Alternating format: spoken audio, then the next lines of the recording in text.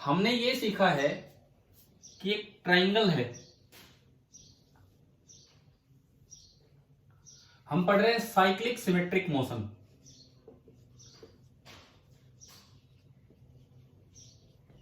जिसपे एक क्वेश्चन आपके पेपर में भी आया था ट्राइंगल वाला ही, जो बाय चांस टाइपिंग मिस्टेक या जैसे भी मिस्टेक थी कोई, तो उसमें 3D/3V लिखा हुआ था, जबकि उसका आंसर था 2D/3V। है ना, ध्यान आ गया कौन सा क्वेश्चन? हाँ भाई, यस सर। डी वहां डिस्टेंस थी। सपोज इस डिस्टेंस को मैं एल बोल रहा हूं, डिस्टेंस एल है। ये particle 1, particle number 2 and particle number 3। तो हमने ये देख लिया था कि ये सेंट्रोइड पे जाके मिलते हैं। अब उसकी थोड़ी और डिटेल में चलते हैं। आज की क्लास इसी डिटेल पे होगी। मैंने उस दिन भी आपको बताया था जिस दिन ये काम सिखाया कि ये डायरेक्ट जाके सेंट्रोइड पे नहीं मिलते, और मैंने कहा था कि टेस्ट के बाद हम इन चीजों की डिटेल में जा रहे होंगे। देखिए, असल में कैसा मोशन होता है, ये जो पहला पार्टिकल है ये यूं घूमेगा। मैं अगर एक पार्टिकल का मोशन दिखाऊं, ये यूं घूमता चलेगा, इसका सर्कल छोटा होता चलेगा, और मतलब दुनिया भर के इन्फाइनाइट पार्ट्स में जाके ये मिलेगा। मैंने किसी एक पार्टिकल का मोशन दिखाया, ऐसा ही मतलब डायरेक्ट जाके सेंट्रोइड पे नहीं मिल जाता है पहली बार में। ये यूं सर्कल लगाता रहेगा, ऐसे ही दूसरा, ऐसे ही तीसरा, और हर वक्त 1, 2 और 3 अपनी इक्विलेटरल ट्रायंगल को मेंटेन करके चलते हैं। इस साइक्लिक सिमेट्रिक मोशन में हम ये मानते हैं कि तीनों की स्पीड कांस्टेंट है v, तीनों एक दूसरे की तरफ देख के चल रहे हैं और तीनों की स्पीड कांस्टेंट है v। तो हर समय क्या होगा कि ये एक इक्विलेटरल ट्रायंगल बना के चलेंगे। Particles 1, 2 and 3 they are always form an equilateral triangle। हर वक्त वो एक इक्विलेटरल ट्रायंगल बना के चलते हैं। इस वजह से वेलोसिटी ऑफ अप्रोच का मैग्नीट्यूड कांस्टेंट रह जाता है v + v/2 3v/2, और टाइम ऑफ मीटिंग तो सीधा एक बार में हम बता देते हैं L/3v/2, तो 12/3v। लेकिन मैं कहता हूं ऐसे ऐसे ये इनफाइनाइट सर्कुलर राउंड्स होंगे। जब इनफाइनाइट राउंड हो रहे हैं तो फिर फाइनाइट टाइम कैसे हो रहा है बताओ? आपने टाइम ऑफ मीटिंग तो बता दिया 12/3v, आपने टाइम ऑफ मीटिंग तो बता दिया 12/3v। तो मैं कह रहा हूं कि जब इनफाइनाइट राउंड है तो फिर ये फाइनाइट टाइम कैसे निकल के आएगा? कभी जेनो पैराडॉक्स के टाइम भी बात समझ ली हम, जो अब आगे कभी भी यूज कर सकते हैं। एक finite amount of time can be broken into infinite smaller components. पढ़ा था कि नहीं उस समय, बताओ? पढ़ा था। तो इसी तरह से ही होता है। अब देखो, उस क्वेश्चन की थोड़ी और डिटेल में चलते हैं। पहली बात, टाइम टेकन टू मीट, ये हम बता चुके 12/3v। दूसरी बात, टोटल डिस्टेंस ट्रेवल्ड,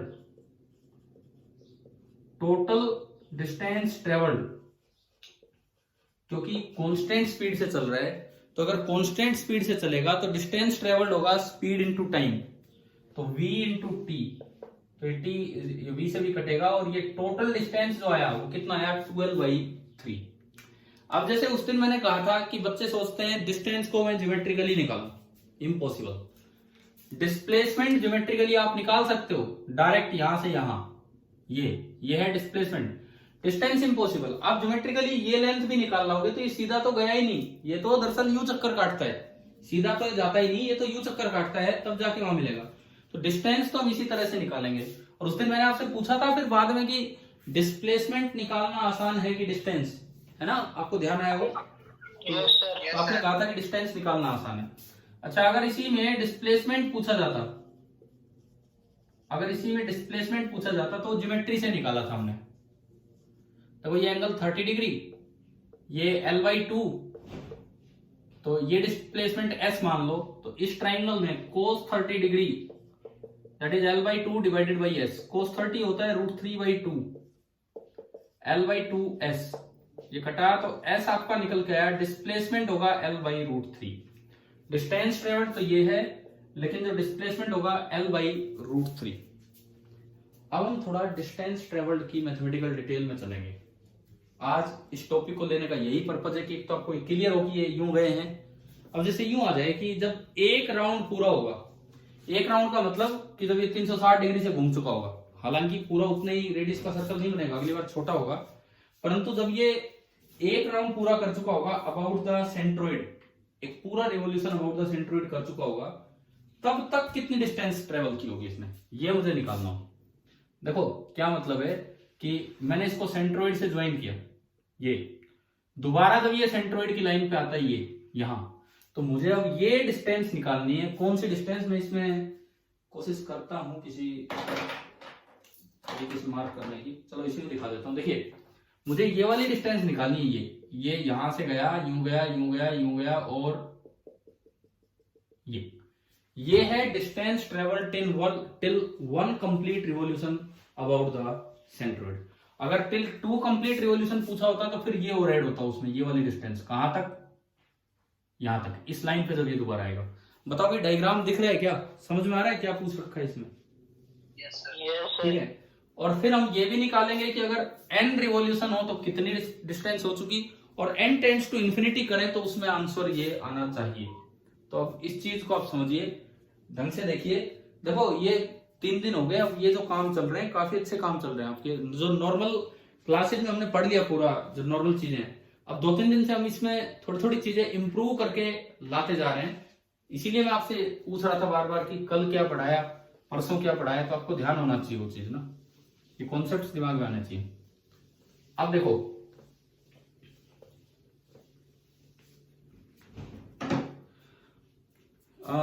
इसमें सपोज ये ट्राइंगल है भाई, मंडे को टेस्ट है आपका, आज 10th का है, कल संडे को 12th का है, और मंडे को आपका है, ठीक है। मोशन कंप्लीट जो काइनेमेटिक्स है यही उसका सिलेबस है। 25 सवाल होंगे टेस्ट में, जो जेईई मेंस का पैटर्न होता है उसी पे, 20 एमसीक्यू और 5 इंटीजर टाइप। लेकिन मेरे पास ऐसा सॉफ्टवेयर नहीं है तो मैं उनको भी एमसीक्यू बना के दूंगा। एक दिन दिए थे पहले integer type question MCQ form में। Yes sir. हाँ, तो वो मेरे पास ऐसा सॉफ्टवेयर नहीं है कि मैं इंटीजर टाइप आपके चेक करवा सकूं, तो मुझे एमसीक्यू की तरह वो 4 इंटीजर रख के देने पड़ेंगे आपको। जैसे भी होगा वो उसी तरह का 25 क्वेश्चन का पेपर लेंगे आपका, ठीक है, कंप्लीट मोशन का। ये सारे कॉन्सेप्ट, ये जो 2-3 कॉन्सेप्ट इन दिनों में सिखाए हैं ये भी उसमें यूज हो रहे होंगे। ये क्लासेज अपने ढंग से रिवाइज कीजिए। अब देखिए, अब हम ये डिस्टेंस निकालने की शुरुआत करते हैं। ये वो लाइन है, ये कलर चलेगा नहीं, मैं एक लाइन बना रहा हूं जो एक रेफरेंस लाइन होगी, जो हमें बताएगी कि कब ये 360 डिग्री से घूम चुका है, कब ये 2 पाई रेडियन घूम चुका होगा अबाउट द सेंट्रोइड।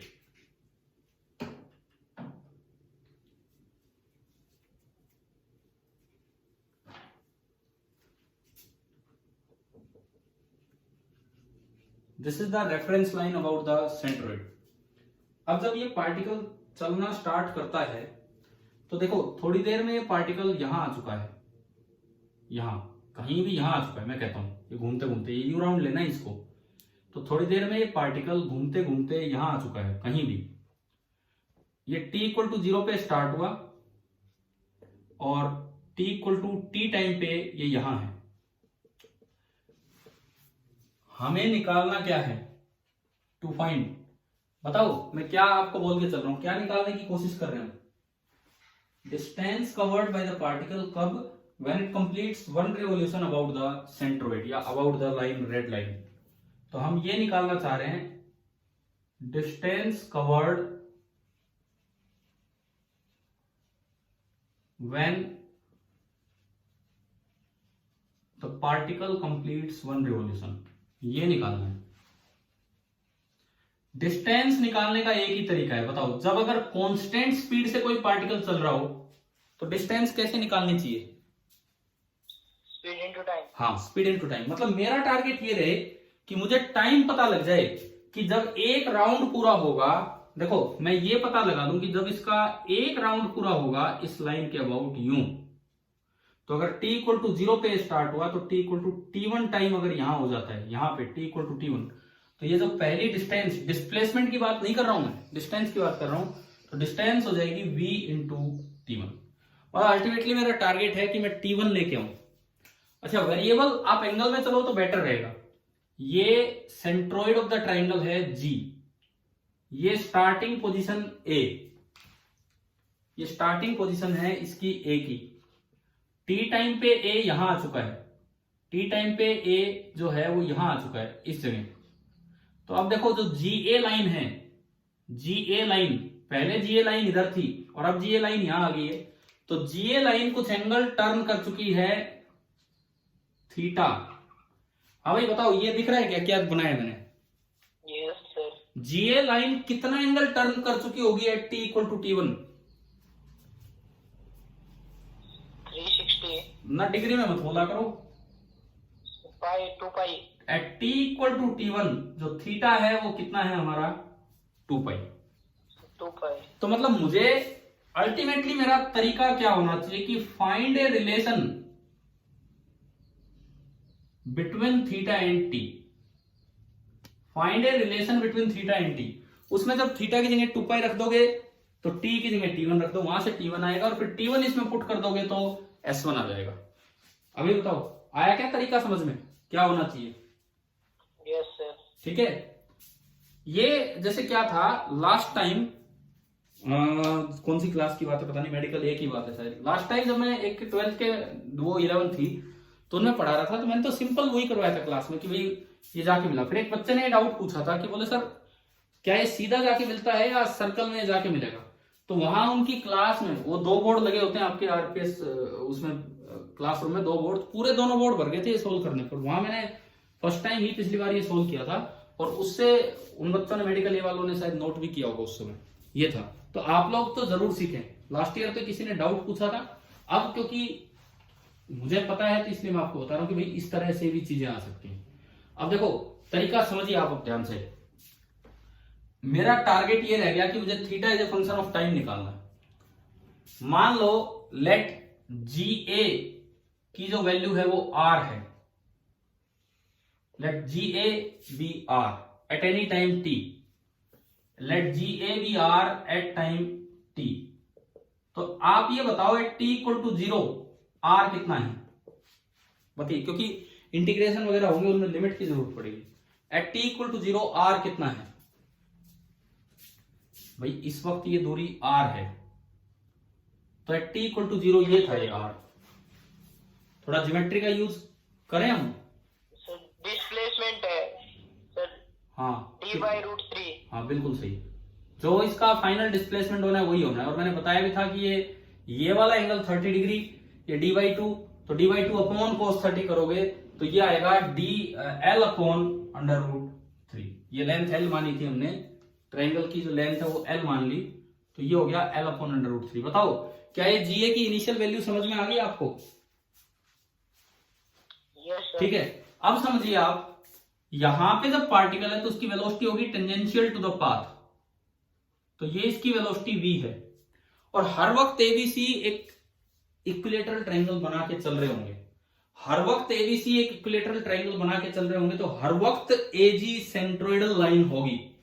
देखो आप किसी भी समय देखोगे, कहीं A होगा, कहीं B होगा, कहीं C होगा, और वो तीनों इक्विलेटरल ट्रायंगल बना के चल रहे हैं। और इक्विलेटरल ट्रायंगल में हमेशा एक साइड लेंथ सेंट्रोइड की तरफ जाने वाली साइड के साथ 30 डिग्री एंगल बनाएगी। इक्विलेटरल ट्रायंगल में जैसे इनिशियली एंगल 30 डिग्री है, तो यहां भी एंगल कितना रहेगा? 30 डिग्री।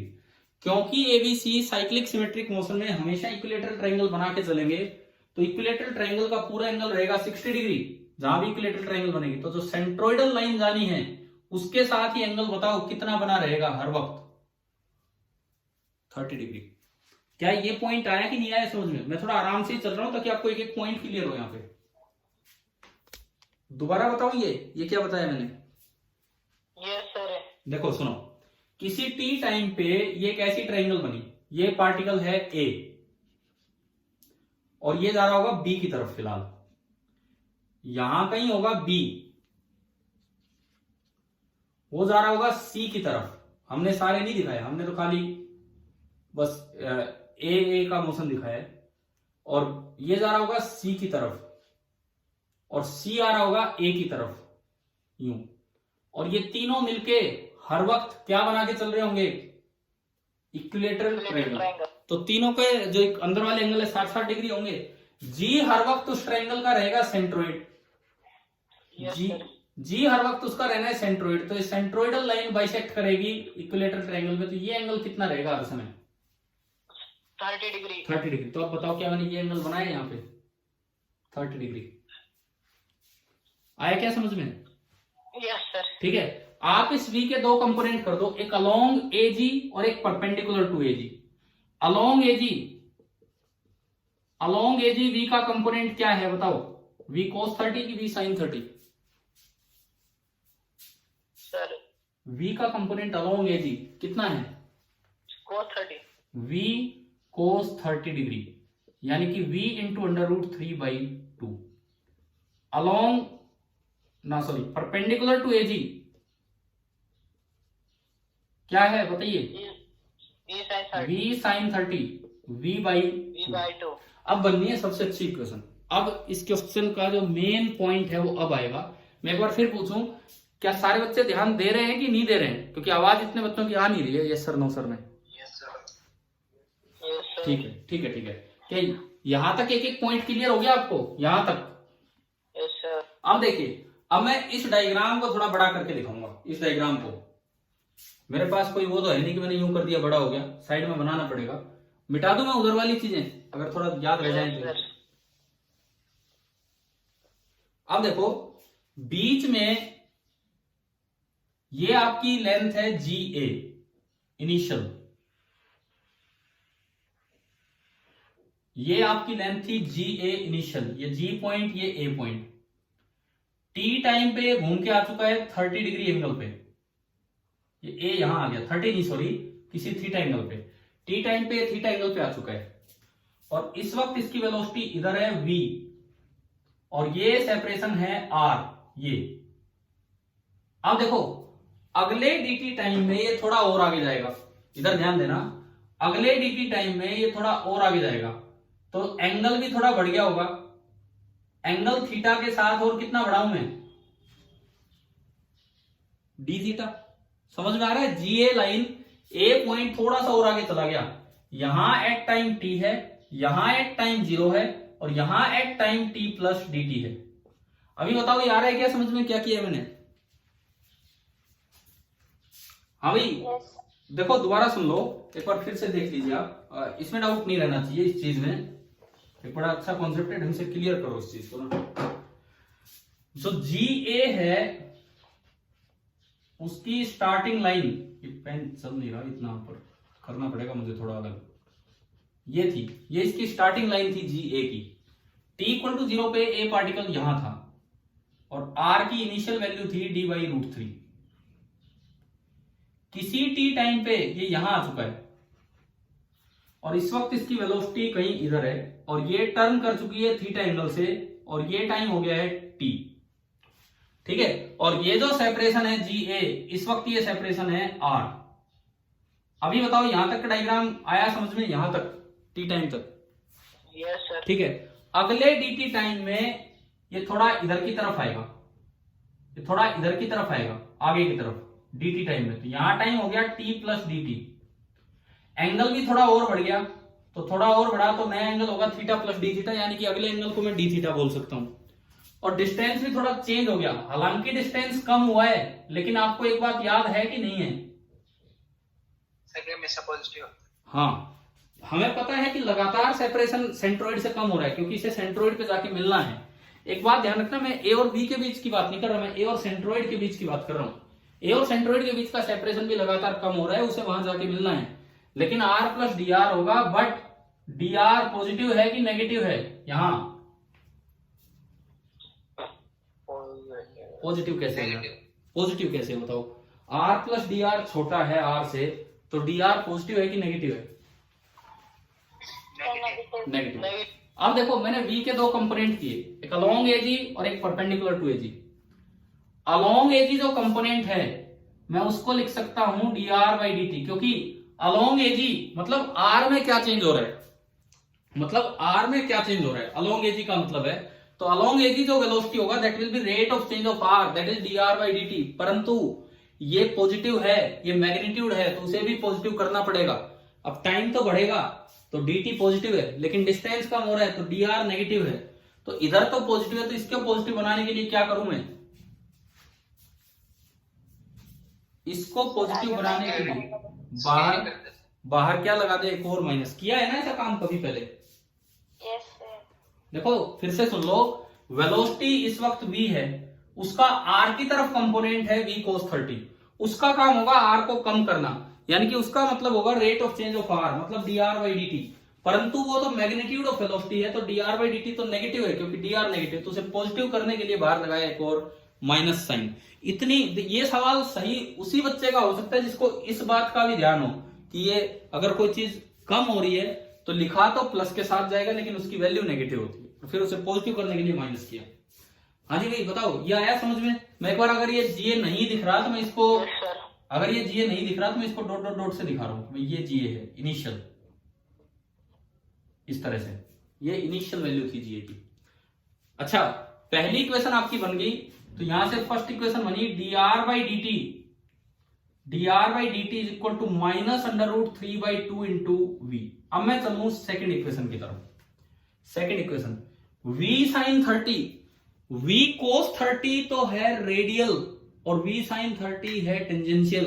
क्या मैंने आपको पढ़ाया ना ये वैल्यूज पहले, ये नाम यूज कर चुके हम। v cos 30 का तो काम था रेडियल डायरेक्शन, मतलब उसकी डिस्टेंस को कम करना। v sin 30 का काम है उसका डायरेक्शन चेंज करना। अब देखो इस समय रेडियस r है, ये आगे जाएगा, कितना एंगल घुमाए, कितना एंगल घुमाए, डी थीटा। तो जो लेंथ ऑफ द आर्क है, क्या आपने फॉर्मूला पढ़ा होगा कि length of the arc is equal to radius into central angle. Yes sir. तो इसे आप एक छोटी आर्क की तरह देखो, इसको एक आर्क की तरह देखिए, रेडियस आर है और सेंट्रल एंगल डी थीटा है, तो आर्क लेंथ कितनी होगी, आर्क लेंथ कितनी हो जाएगी, आर इंटू डी थीटा। मैं अब इसको थोड़ा सही दिखाता हूं, देखिए ये यूं नहीं है आर्क, आप इसको भी, ये आर प्लस डी आर तो छोटा है, आप इसको आर तक बना लो, ये आर पूरा बड़ा होगा। ये बताओ क्या ये आर्क बन गई कि नहीं? भाई आर प्लस डी आर तो छोटा है, परंतु ये आर तो मैंने ये पूरा आर माना। आया समझ में? Yes sir. तो ये जो लेंथ है ये, इसे तो मैं लिख सकता हूं आर डी थीटा। भाई कोई सोचे इसको तो नहीं लिख सकते ऊपर वाले को तो, लेकिन इसे तो लिख सकते हैं। रेडियस के परपेंडिकुलर डायरेक्शन में जो लेंथ ये चला वो कितनी चला, आर डी थीटा चला, ठीक है। और इस साइड जो वेलोसिटी है वो v sin 30 है, तो v sin 30 को मैं लिख सकता हूं d by D t of r D theta, d by D t of r D theta. बताओ यहां तक आया क्या समझ में? Yes sir. इस थोड़े से मोशन के दौरान हमने r को कांस्टेंट माना है, केवल थीटा वेरिएबल है, तो r बाहर आएगा। तो सेकंड इक्वेशन आपकी बनी r into d theta by D t that is equal to v by 2। देखो इस क्वेश्चन का मेन पॉइंट था ये इक्वेशंस आपको समझ में है। अगर नहीं समझ में आ रही है तो मैं दोबारा बता दूंगा, बिकॉज इसके बाद तो थोड़ा मैथमेटिक्स है। फिजिक्स तो यही थी कि यहाँ पे कैसी इक्वेशंस लगाइए। एक बार फिर बताता हूँ, ये क्लियर होना चाहिए कि ये किस तरह से जाएगा। डायरेक्ट सेंट्रोइड पे नहीं मिलेगा, यूं कई चक्कर काटेगा। फिर t बराबर 0 पे स्टार्ट हुआ, किसी t टाइम पे यहाँ है, तो उसकी वेलोसिटी तो सेंट्रोइडल लाइन के साथ 30 डिग्री एंगल पे होगी। उसकी जो वेलोसिटी है सेंट्रोइडल लाइन के साथ 30 डिग्री एंगल पे होगी, तो उसका उधर कंपोनेंट रेडियल डायरेक्शन में v cos 30 और टेंजेंशियल डायरेक्शन में v sin 30। रेडियल डायरेक्शन वाले का काम है r को चेंज करना, और टेंजेंशियल डायरेक्शन वाले कंपोनेंट का काम है थीटा को चेंज करना। रेडियल डायरेक्शन वाले कंपोनेंट का काम है r को चेंज करना, और टेंजेंशियल डायरेक्शन वाले कंपोनेंट का काम है थीटा को चेंज करना। रेडियल डायरेक्शन का जो कंपोनेंट है वो होता dr बाई dt अगर r बढ़ रहा होता तो, परंतु r कम हो रहा है तो dr नेगेटिव है, और ये कंपोनेंट तो मैग्नीट्यूड लिख रहे हैं v cos 30 पॉजिटिव, तो उसको पॉजिटिव बनाने के लिए हमने बाहर एक और माइनस लगाया। तो एक इक्वेशन तो ये आई मेरे पास। दूसरी इक्वेशन कि आप परपेंडिकुलर डायरेक्शन में देखते हो, इसके परपेंडिकुलर, तो अगर ये डी थीटा चला तो इधर जो लेंथ कवर हुई है, इधर जो लेंथ कवर हुई है that is R D theta, और यहां से यहां के मोशन में आर कांस्टेंट, केवल थीटा वेरिएबल है, आर डी थीटा।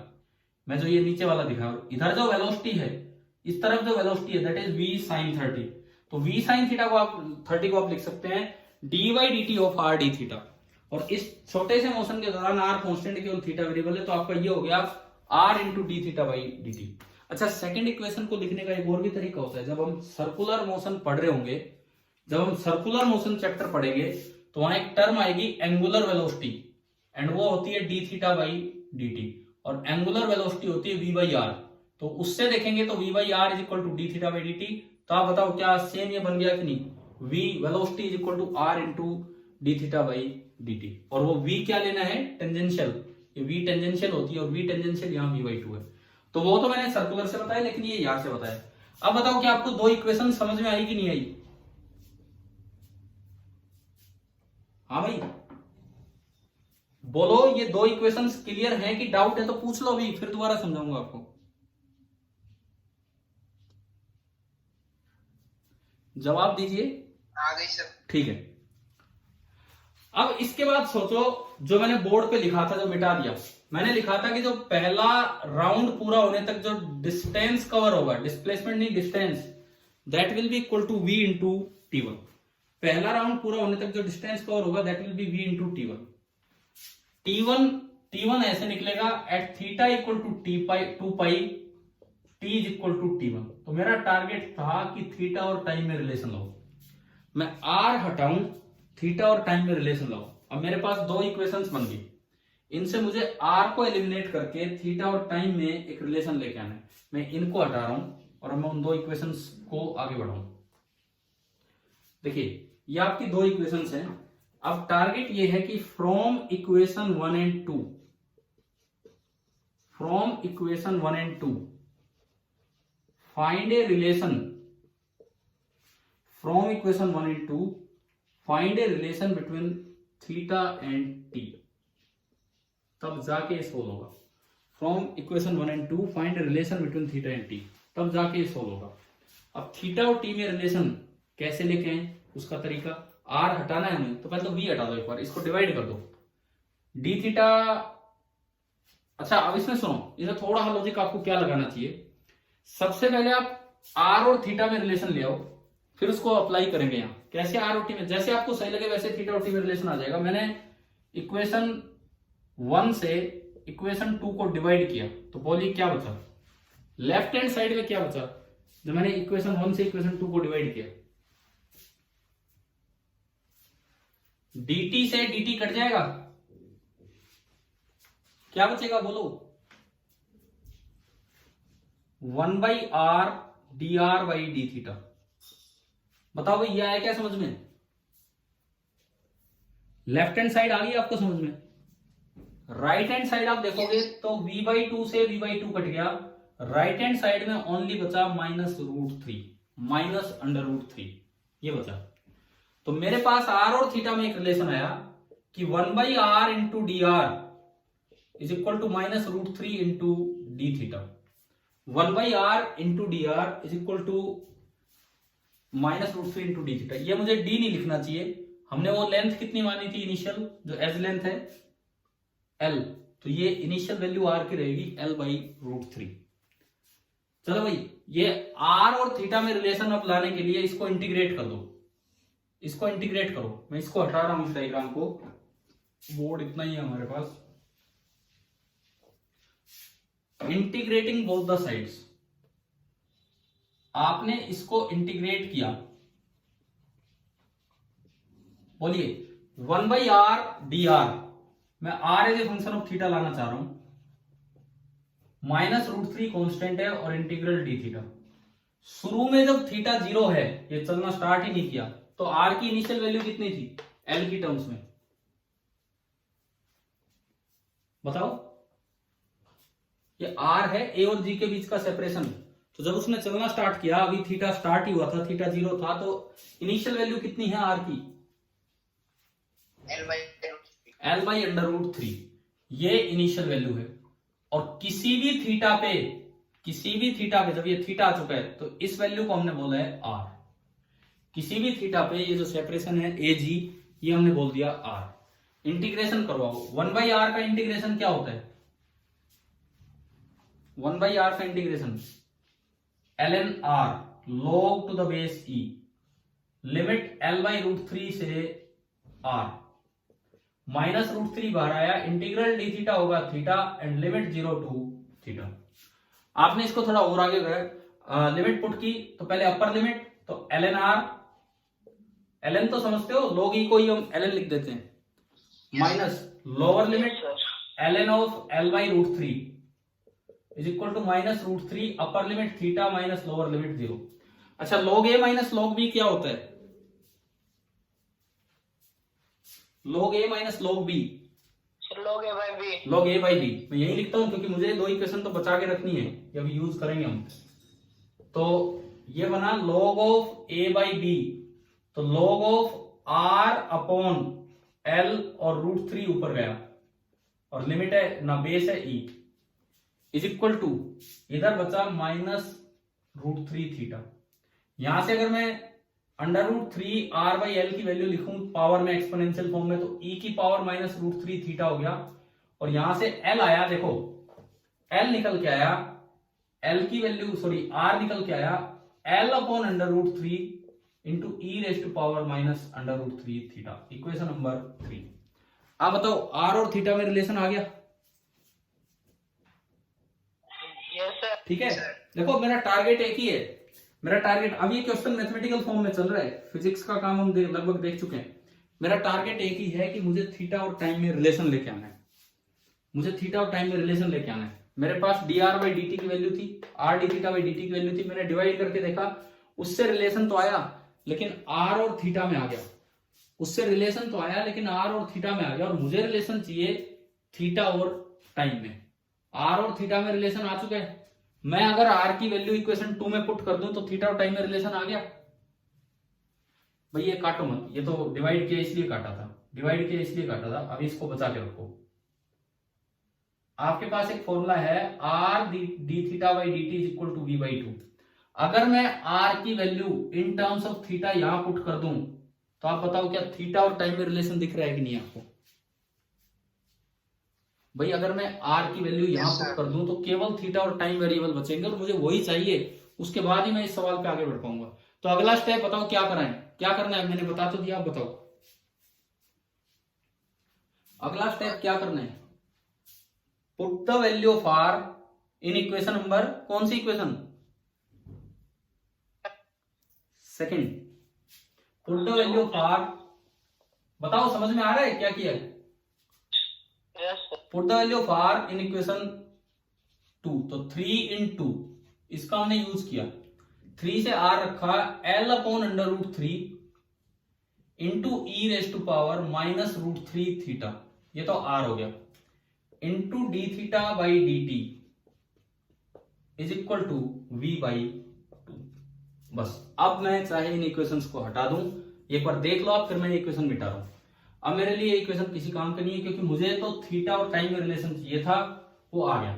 थोड़ा ढंग से रिलेशन लिखें तो इधर बचा e raise to power minus root three theta D theta, बाकी उधर भेजो, रूट थ्री ऊपर गया, एल नीचे गया, एक 2 नीचे था, एक वी ऊपर था, और डी टी।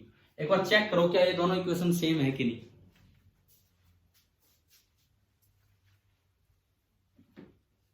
हाँ भाई बताओ क्या ये दोनों इक्वेशन सेम है कि नहीं?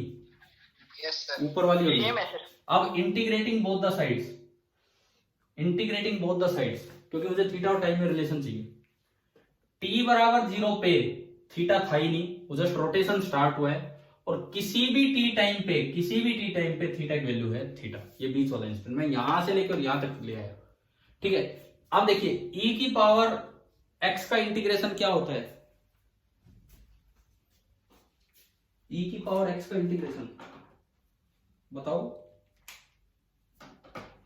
e की पावर x का e की पावर x ही होता है, और अगर x के साथ कोई एक्स्ट्रा फैक्टर मल्टीप्लाई है तो उससे डिवाइड कर दिया जाता है u वगैरह मान के। तो मैं सीधा लिखूं, इसका इंटीग्रेशन होगा e की power minus root three theta upon minus root three, और जो थीटा की लिमिट है, थीटा की लिमिट है, ये तो इसकी लिमिट है भाई, थीटा की लिमिट है 0 से थीटा। आप बताइए पहला इंटीग्रेशन समझ में आया कि नहीं आया, कैसे किया है? बोलते रहो तभी मैं आगे बढ़ूंगा। ये इंटीग्रेशन क्लियर हुआ? Yes sir. ठीक है, उधर चलो, उधर तो v भी कांस्टेंट है, स्पीड कांस्टेंट है, तो सब कुछ बाहर आया, root three v by 12 integral dt हो जाएगा t, और उसकी लिमिट 0 से अब मैं इसमें लिमिट पुट करूं तो -√3 तो लिमिट में आना नहीं है, तो कांस्टेंट है, इसको उधर ले जाओ। अगर मैं इस -√3 को उधर ले जाऊं तो उधर बताओ क्या बन गया, -3 बन गया। तो अब ये देखो आप, यहां पे मैं इसको आगे बढ़ाऊं, e की पावर अपर लिमिट तो -√3 थीटा माइनस e की power lower limit 0 is equal to -√3 को इधर भेजा तो ये बन गया -3v/12 और t -0। e की पावर 0 कितना होता है जब ये थीटा की जगह 0 पुट किया तो e रेस्ट पावर 0 कितना होगा 1, ये 1 हो गया, और t -0 आपका हो गया ओनली t।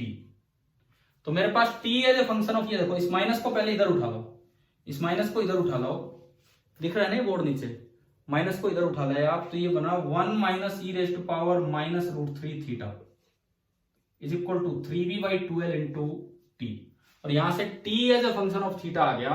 अगर मैं t as a function of theta लिखूं तो ये t आया t time 12/3v into 1 - e raised power -√3 theta. अब बताइए क्या यहां तक क्लियर हुआ कि नहीं? हाँ भाई, ये इक्वेशन आ गई टाइम। अब अगला स्टेप आप बताओ, मैं 3 बार लिख चुका हूं स्टेप, ये तो हो चुका फाइंड इक्वेशन। अब क्या करना है मुझे, T1 कैसे निकालूं, T1 बताओ, T1 कैसे निकालें? अरे बोलो, और किस लिए किया है इतना काम, फिर तो यूं तो अटक ही जाओगे। अब बताओ T1 कैसे निकालें? मैं T1 कैसे निकालूं अगर मेरे पास time as a function of theta आ गया है तो? भूल गए क्या, बताइए, 1 मिनट, नहीं ध्यान है? ये लाइन कितना टर्न कर चुकी है, एजी लाइन कितना टर्न कर चुकी है जब आप वहां T1 टाइम पे पहुंचे तो? एजी लाइन कितना टर्न कर चुकी है जब आप T1 टाइम पे पहुंच गए वहां? जवाब तो भाई चुप क्यों हो गए? अरे क्या हमने ये लिखा था, क्या हमने ये लिखा था कि at t equal to T1 theta is 2 pi? किसी ने 360 बोला था, फिर मैंने कहा नहीं रेडियन में चलो। याद आ रहा है क्या? क्या ये तो हमने ये इसीलिए तो time as a function of theta लेके आए, ताकि मुझे ये पता लगे कि जब थीटा 2 पाई हुआ तो तब टाइम कितना होगा। बिकॉज टाइम पता लगते ही तो मैं डिस्टेंस निकाल दूंगा, टाइम पता लगते ही तो डिस्टेंस कैसे निकाल देंगे?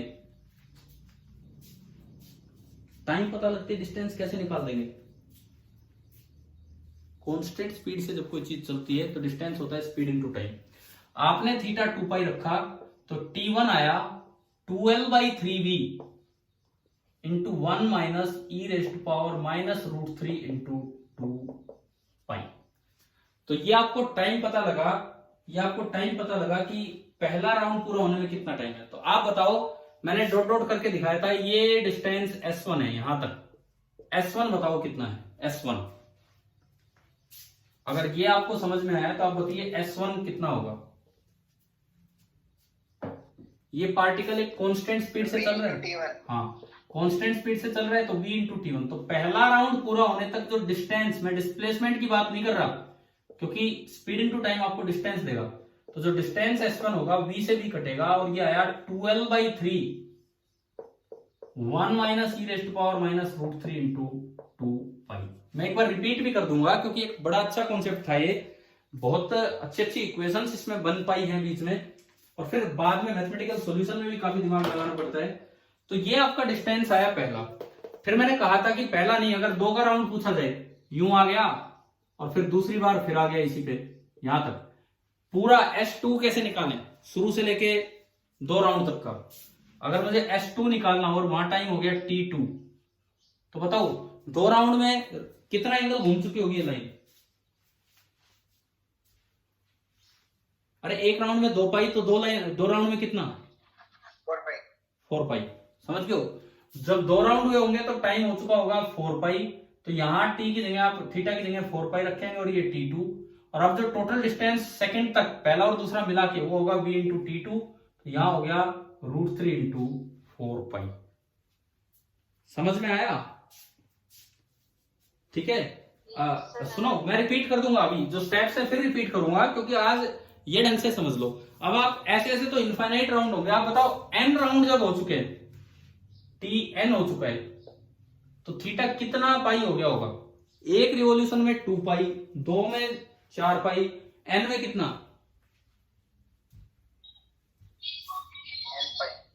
n पाई नहीं यार, इतना भी गलत मत बोलो, हर स्टेप में गलती। एक रिवॉल्यूशन में 2 पाई, 2 में 4 पाई, तो n रिवॉल्यूशंस में कितना होगा? आ गया समझ में? जो मैंने बोर्ड पे लिखा n इंटू 4 पाई। तो आपने t की जगह तो कर दिया Tn, और थीटा की जगह n इंटू 2 पाई। अब मैंने कहा ऐसे ऐसे तो ये छोटा होता चलेगा और इनफाइनाइट राउंड होंगे, इनफाइनाइट राउंड। अगर आप n राउंड्स के बाद ये डिस्टेंस निकालें, चलो डिस्टेंस पे फिर आते हैं, पहले टाइम ही निकाल देते हैं। If n tends to infinity, तो √3n 2 पाई, जब n इनफाइनाइट है तो ये भी इनफाइनाइट होगा, तो e की पावर माइनस √3n 2 पाई मतलब e की पावर माइनस इंफिनिटी। e की पावर माइनस इंफिनिटी का मतलब है 1 अपॉन e की पावर इंफिनिटी, यानी कि 1 अपॉन इंफिनिटी। और ये कितना हो गया? कितना हो गया ये? 0। आ रहा है समझ में? ठीक है। अगर आप इसको 0 रखते हैं तो बताओ टाइम कितना आया? टोटल टाइम जो लगेगा इनफाइनाइट राउंड्स में कितना आया टाइम? 12/3b, 2d/3b, 2a/3b, जो भी वो सेपरेशन है वो। आप बताओ क्या पहले हमने खाली डायरेक्ट ये निकालना सीखा था टाइम? हाँ भाई, पहले हमने खाली ये निकालना सीखा था।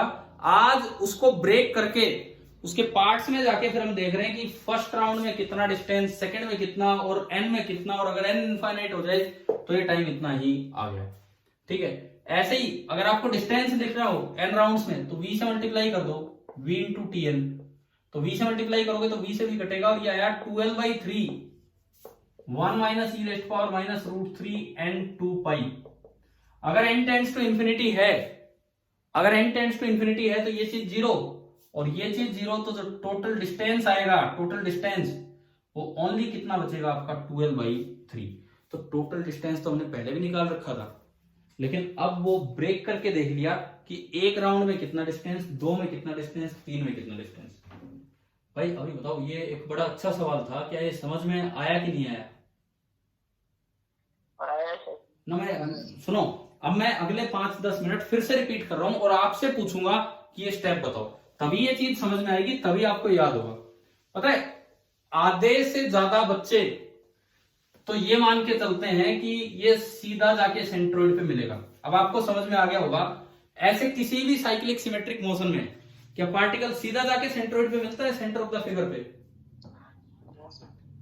सीधा मिलता है या बार बार सर्कल राउंड करता रहेगा?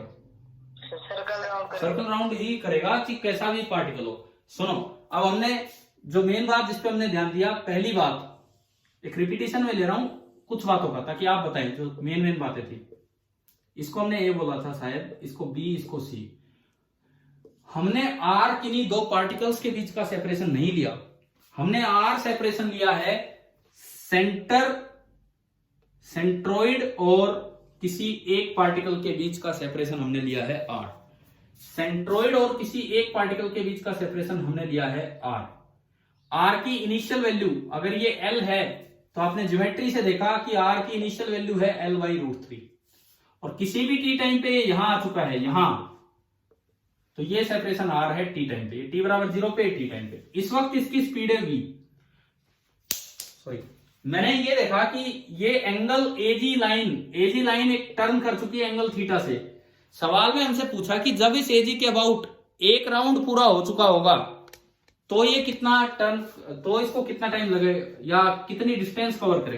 कांस्टेंट स्पीड से जब भी कोई चीज चलती है तो डिस्टेंस जब भी निकालना हो पहले टाइम निकाल लो, क्योंकि डिस्टेंस तो अल्टीमेटली एक छोटा सा काम है, स्पीड इनटू टाइम।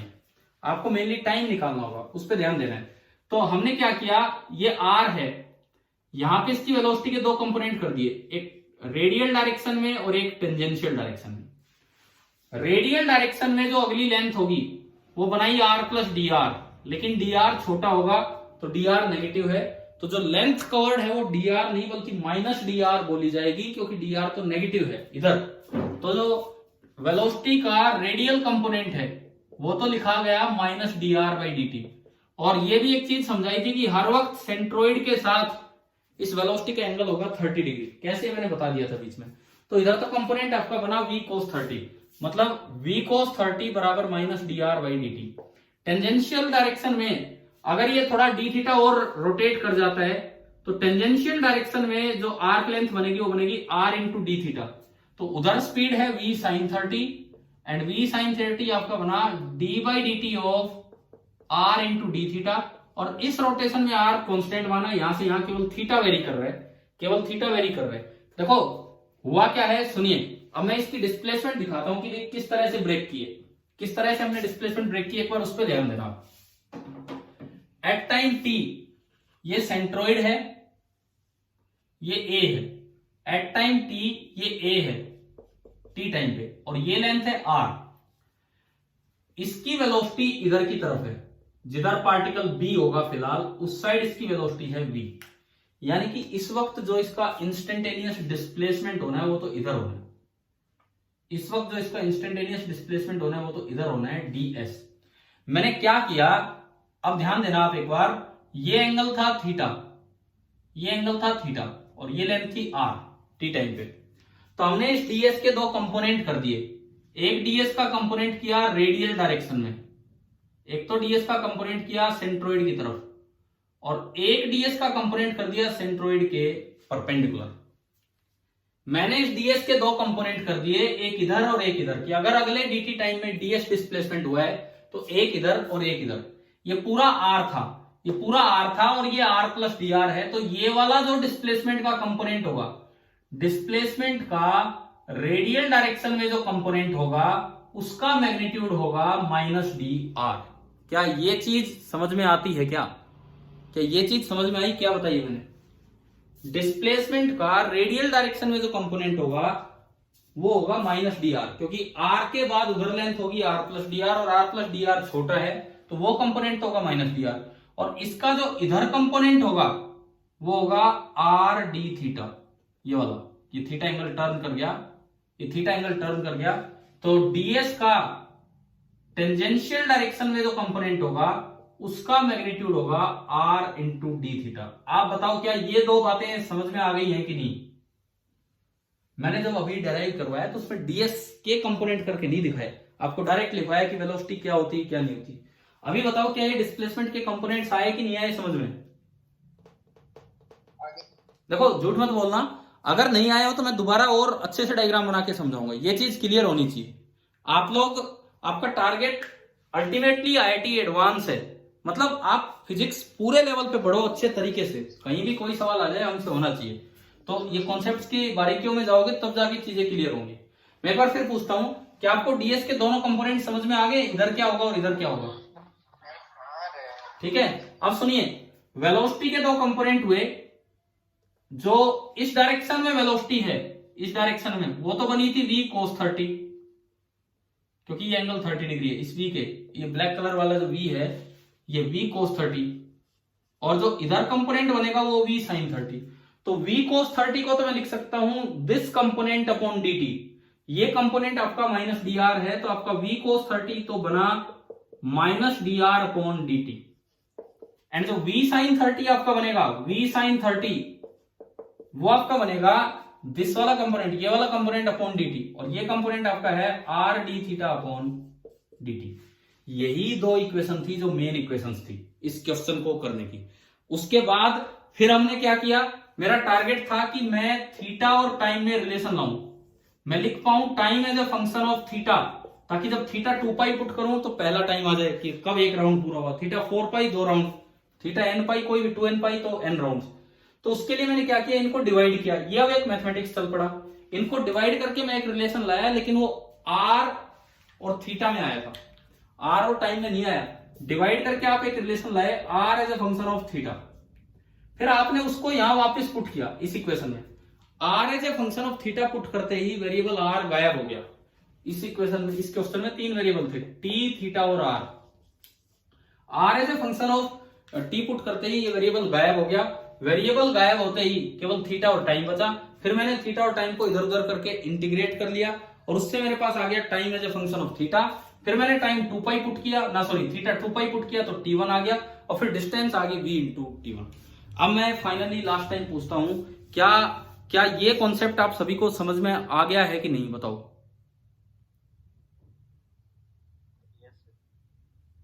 अब आवाज नहीं आ रही ढंग से, यही तो बात है ना। क्लियर है सभी को, क्लियर है ये चीज, ठीक है। Yes sir. देखो ये एडवांस लेवल का कॉन्सेप्ट है पूरा। मेंस लेवल पे क्वेश्चन आए सीधा वहां तक आ जाएगा कि टाइम ऑफ मीटिंग निकाला या टोटल डिस्टेंस निकाला या डिस्प्लेसमेंट निकाला। एडवांस लेवल पे चीजें यहां तक जा सकती हैं कि आपसे ये पूछ लिया जाए कि आप ये बताओ एक राउंड में कितना डिस्टेंस है, एक राउंड में कितना टाइम लगा, इस तरीके से, ठीक है। अच्छा ये क्वेश्चन अपने आप में एक अलग चीज है, उसको छोड़ो। मेन बात एक और है, किसी भी सवाल में क्या हमें ये दो इक्वेशन बनानी आ गई है क्या, रेडियल डायरेक्शन की इक्वेशन और टेंजेंशियल डायरेक्शन की इक्वेशन। किसी भी सवाल में किसी जगह ये है मेन कि डीएस के कंपोनेंट कैसे लिखे, रेडियल कंपोनेंट और टेंजेंशियल कंपोनेंट। उससे रेडियल डायरेक्शन की इक्वेशन क्या बनेगी और उससे टेंजेंशियल डायरेक्शन की इक्वेशन क्या बनेगी, ये आपको बिल्कुल क्लियर होना चाहिए, ठीक है। तो अब सुनो भाई, मैंने 3 दिन में आपको 3 कॉन्सेप्ट सिखाए हैं। 3 दिन में 3 कॉन्सेप्ट, पूरी क्लास एक कॉन्सेप्ट पे जा रही है। अब मैं आपसे रिवाइज करवाता हूं। पहले दिन आज मैंने पूछा तो एक बच्चे ने काफी देर बाद बताया कि ओहो सर 4 मेथड थे। बताओ इन 3 क्लासेज में पहले दिन कौन सा कॉन्सेप्ट सिखाया था, क्या सिखाया मैंने, उसमें क्या निकालना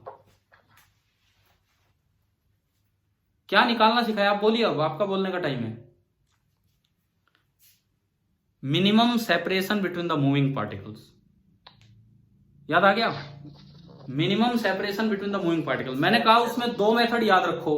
कौन से 2 मेथड, एक मेथड तो ये था एक को रोक के दूसरे को चला लो और ज्योमेट्री का यूज कर लो, एक तो वो मेथड था। और दूसरा मेथड कौन सा कहा था मैंने, जो डायरेक्ट था, डायरेक्ट फॉर्मूले। टाइम ऑफ मीटिंग, उसमें डॉट प्रोडक्ट था कि क्रॉस प्रोडक्ट, बोलो, मैं तो पूरा फॉर्मूला भी नहीं पूछ रहा आपसे। टाइम ऑफ मिनिमम सेपरेशन, उसमें डॉट था कि क्रॉस था, आपको याद ही नहीं आ रहा है।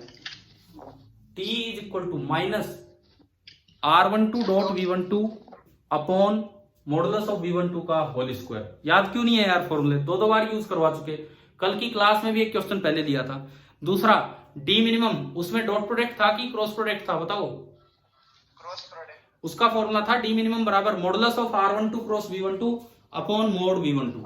ये आपके 2 फॉर्मूले थे। चलिए एक दिन हमने ये कॉन्सेप्ट सीखा, अगले दिन वो क्वेश्चन में लगाया। फिर मैं पूछता हूं, कल क्या सिखाया था आपको, कल की क्लास में स्नेल्स लॉ ने हमें ये बताया कि मिनिमम टाइम में कैसे एक मीडियम से दूसरे मीडियम में पहुंचा जाए। वो डिफरेंशिएशन से भी हो सकता था, लेकिन स्नेल्स लॉ से जल्दी होता है। और तीसरी चीज आज आपको क्या सिखाया है कि साइक्लिक सिमेट्रिक मोशन में किस तरीके से एक पार्टिकल एक राउंड में कितना डिस्टेंस कवर करेगा, ये चीजें कैसे निकालते हैं। तो यार आपको एक चीज तो समझ में आ गई होगी कि आजकल अब जो काम चल रहा है ये काफी अच्छा काम चल रहा है। जो नॉर्मल क्लासेज होती है उनसे थोड़ा अलग काम चल रहा है, ठीक है। ये हर चैप्टर में, हर यूनिट में हम लास्ट में जरूर ऐसी क्लासेज लिया करेंगे जिनमें ऐसे कॉन्सेप्ट्स हों।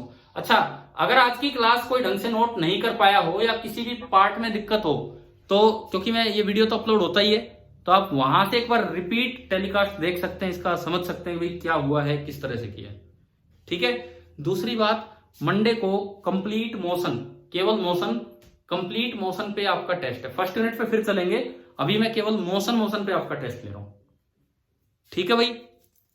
और कोई कुछ पूछना चाहे, कुछ कहना चाहे तो बताओ।